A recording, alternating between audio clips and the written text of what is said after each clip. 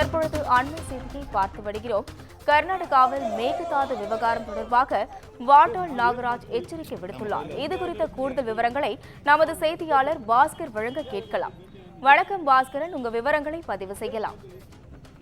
வணக்கம் அஸ்வினி. அதாவது கர்நாடகாவில் மேகதாது அணை கட்ட ஒரு மாதத்துக்குள் எங்களுக்கு ஆட்சேபனை இல்லை என தமிழக அரசு தெரிவிக்காவிட்டால் கர்நாடகாவில் தமிழ் திரைப்படங்கள் ஓடாது என வாட்டாள் நாகராஜ் எச்சரிக்கை விடுத்துள்ளார்.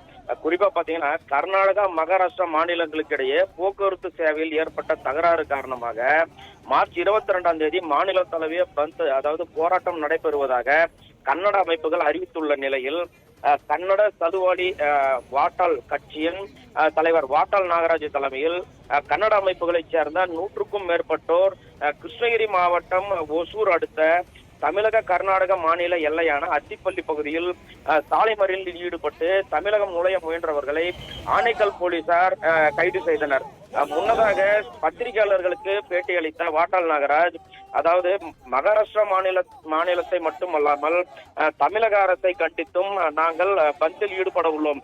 குறிப்பாக மேகதாது அணை கட்ட எவ்வித ஆட்சேபனை இல்லை என ஒரு மாதத்துக்குள்ளாக தமிழக அரசு தெரிவிக்க வேண்டும்.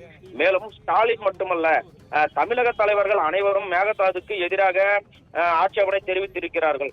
அதாவது குறிப்பாக ஒரு மாதத்துக்கு உள்ளாக முதல் தெரிவிக்காவிட்டால் முதல் போராட்டமாக கர்நாடக மாநிலத்தில் தமிழ் திரைப்படங்களை ஓட விட மாட்டோம். மேலும் மும்மொழி கல்விக் கொள்கைக்கு எதிராக தென்னிந்திய மாநில பிரதிநிதிகள் அடங்கிய கூட்டு நடவடிக்கை குழு என்பதை நாங்கள் கண்டிக்கிறோம்.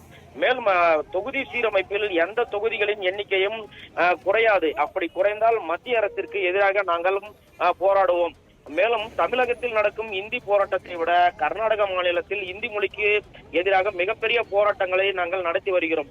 மேலும் இந்தி மொழியை ஒரு துளி கூட அனுமதிக்க மாட்டோம். மேலும் காவிரி நீர் தமிழக அரசு கடலில் கலப்பதை தடுக்கவே நாங்கள் மேகதாது கட்டுகிறோம் எனவும், மேலும் காவிரி மேகதாது மாதாயி உள்ளிட்ட அணைகளுக்காக தமிழக மகாராஷ்டிரா மாநிலங்களை கண்டித்து மாநிலம் தழுவிய பந்த் நடக்கும் என எச்சரிக்கை விடுத்துள்ளார். அஸ்வினி, உங்களுடைய விவரங்களுக்கு நன்றி பாஸ்கர்.